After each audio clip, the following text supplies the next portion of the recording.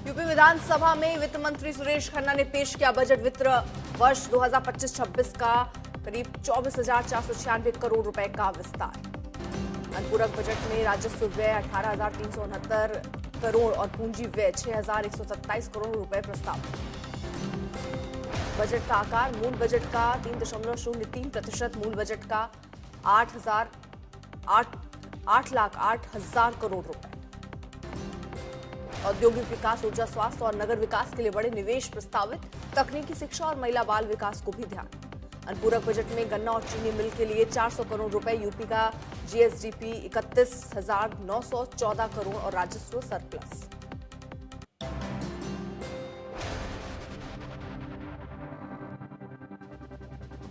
UP विधानसभा की कार्रवाई के दूसरे दिन कोरिन कफ सिरप मुद्दे पर सपा ने किया हंगामा।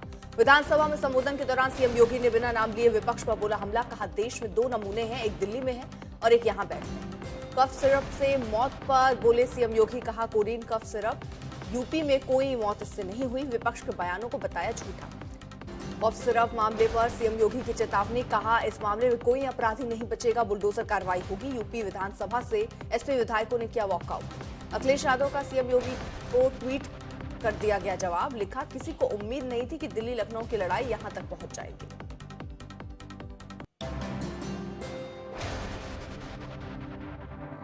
लखनऊ के केजीएमयू में रेजिडेंट डॉक्टर पर छात्रा को धर्मांतरण के लिए मजबूर करने का गंभीर आरोप। पीड़िता के परिवार का आरोप प्रेम जाल में फंसाकर शादी का झांसा, फिर किया शोषण और बनाया दबाव। धर्मांतरण के आरोपों के बाद केजीएमयू प्रशासन ने शुरू की आंतरिक जांच। आरोपी रेजिडेंट डॉक्टर और पीड़ित छात्र से पूछताछ। दोनों स्टूडेंट को आज कॉलेज बुलाया। मामले की गंभीरता को देखते हुए खुफिया एजेंसियां भी हुई सक्रिय। धर्मांतरण से जुड़े मामलों की खंगाली जा रही है सच्चाई।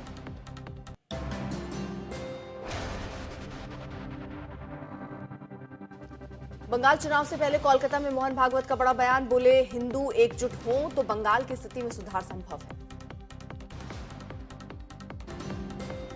कोलकाता में आरएसएस के कार्यक्रम में मोहन भागवत ने बांग्लादेश में हिंदुओं पर अत्याचार पर चिंता जताई। हिंदुओं से एकजुट होने का आह्वान किया।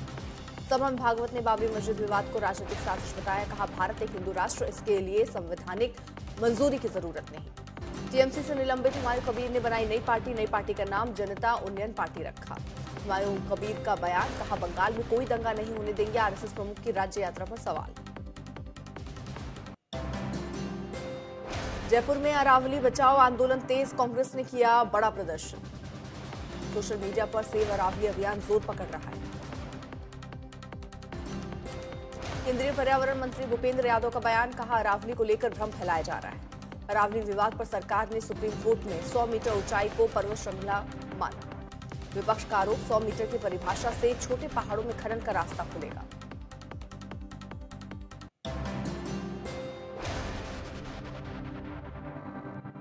दिल्ली में बिहार सीएम नीतीश कुमार प्रधानमंत्री मोदी से की मुलाकात। बिहार को विकसित बनाने पर चर्चा।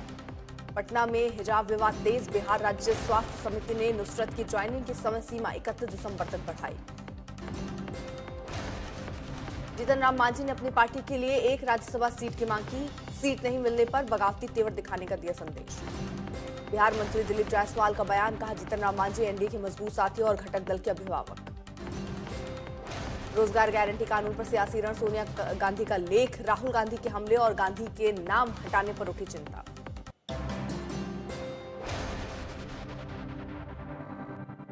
दिल्ली हाईकोर्ट ने सोनिया और राहुल गांधी को नोटिस जारी किया। ईडी की नेशनल हेराल्ड मामले में अपील पर जवाब मांगा। ईडी की पैरवी सॉलिसिटर जनरल तुषार मेहता कर रहे हैं। निचली अदालत के आदेश को निरर्थक बताकर चुनौती दी। नेशनल हेराल्ड मामला। कांग्रेस ने साजिश के तहत एजेएल को दिया 90 करोड़ का कर्ज। यंग इंडिया को मिले 76% शेयर, ऐसे आरोप। ईडी का दावा सही योजना के साथ पैसा वसूलने का नेटवर्क। जून 2016 में निजी शिकायत दर्ज। पीएमएलए के तहत जांच शुरू। आर्थिक हेराफेरी और अनुसूचित अपराध के आरोपों पर सुनवाई मार्च 2026 में।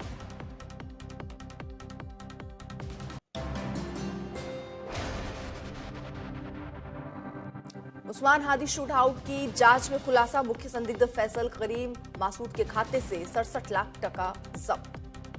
सीआईडी ने फैसल से जुड़े 127 करोड़ टका के वित्तीय नेटवर्क का पता लगाया। जांच में कई रेड की गई, कई चेकबुक और 200 करोड़ टका के अनकैश ट्रांजैक्शन बरामद। ढाका पुलिस ने हादी शूटआउट की जांच तेज की, फैसल मासूद की लोकेशन अब भी चुनौती। सीमा पार करने की अफवाहों पर बोली ढाका पुलिस, कहा अभी इसकी कोई जानकारी नहीं, पैसों के लेन देन पर जांच जारी।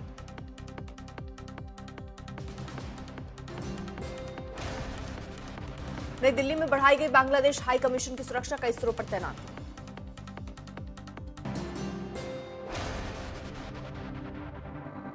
बांग्लादेश में हिंदू युवक दीपू की हत्या के विरोध में प्रदर्शन की कॉल, हाई कमीशन के बाहर अलर्ट। दिल्ली में यूनाइटेड हिंदू फ्रंट का प्रदर्शन, बांग्लादेश में हिंदुओं पर अत्याचार का विरोध। रामगढ़ में हिंदू टाइगर फोर्स का आक्रोश प्रदर्शन, इस्लामिक कट्टरता का पुतला फूका। सीमांचल और कटिहार में बांग्लादेश हिंसा को लेकर विरोध तेज, बजरंग दल वीएचपी सड़क पर उतरे।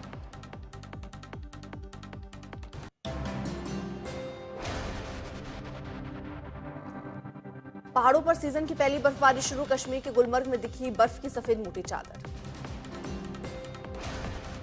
भारी बर्फबारी के बाद गुलमर्ग में पर्यटकों का लगा तांता, देश विदेश से पहुंचे हजारों टूरिस्ट। गुलमर्ग में सीजन की पहली भारी बर्फबारी से सड़कों पर बढ़ी फिसलन, जिसके कारण दर्जनों वाहन फंसे। सुरक्षा के मद्देनजर पुलिस ने जारी की एडवाइजरी, अब केवल चेन वाहनों की ही होगी एंट्री। बर्फबारी के बाद सड़कों से बर्फ हटाने का काम जारी, मशीनों और रसायनों की मदद से यातायात बहाल।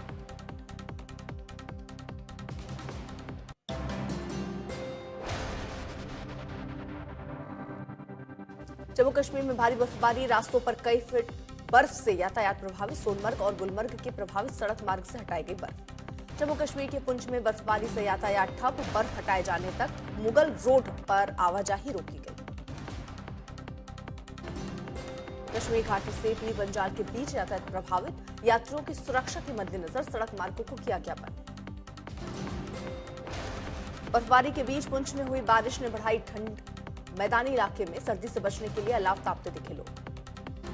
श्रीनगर और डोडा में बारिश से तापमान में भारी गिरावट, बिन मौसम बारिश से कारोबार पर असर।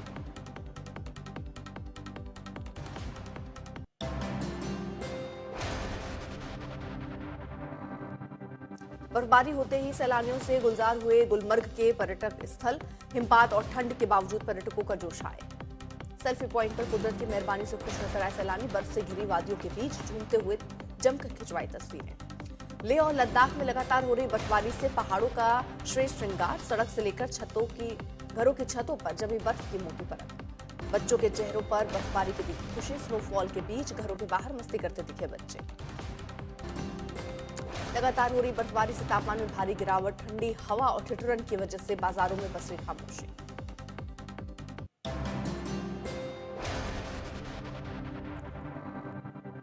घने कोहरे का असर, दिल्ली एयरपोर्ट पर 105 से ज्यादा फ्लाइट रद्द, 450 से अधिक उड़ानें लेट, यात्री परेशान। अमेठी में भीषण ठंड को देखते हुए 8वीं तक के स्कूल बंद करने का दिया गया निर्देश। आज से 24 तारीख तक बंद रहेंगे कक्षा 1 से 8 तक के विद्यालय। कानपुर में बढ़ता कोहरा, शीतलहर के बीच स्कूल सुबह 10 बजे से दोपहर 3 बजे तक खुलेंगे। चंदौली और आसपास के इलाकों में ठंड और घने कोहरे से जनजीवन अस्त व्यस्त।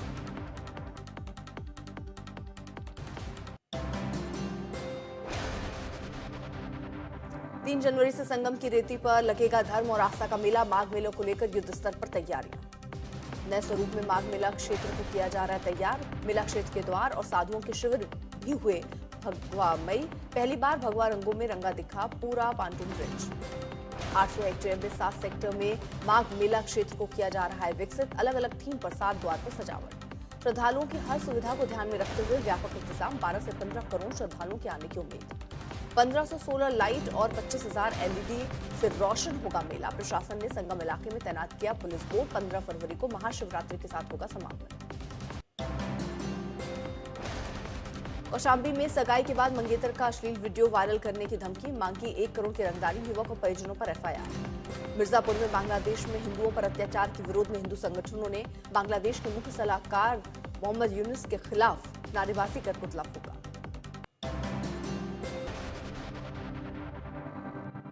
बिजनौर में भीषण सड़क हादसा, डंपर से टकराई क्रेटा कार, जलसे से लौट रहे 4 लोगों की मौत। पानीपत पुलिस और सोनीपत एसटीएफ यूनिट की संयुक्त टीम की बदमाशों के साथ मुठभेड़, 4 गिरफ्तार, विदेशी हथियार बरामद। बागपत में पिछले 1 साल से फरार चल रही 25,000 की नामी महिला गैंगस्टर मुजफ्फरनगर से गिरफ्तार, हत्या के मामले में दर्ज थे केस। बेंगलुरु में ऑनलाइन दोस्ती में फंसी महिला उत्पीड़न और यौन धमकियों से परेशान होकर आत्महत्या का प्रयास, आरोपी पर 30,000 रुपए उधार लेने का केस दर्ज। एमपी के सीहोर में करणी सेना और विशेष समुदाय के बीच विवाद, दोनों में झड़प के बाद पत्थरबाजी। तनाव के बाद करणी सेना ने इंदौर भोपाल हाईवे को किया जाम, पुलिस ने संभाला मोर्चा। विवाद के दौरान पुलिस ने हल्के बल का किया प्रयोग, आंसू गैस के गोले छोड़े, अब हालात नियंत्रण में।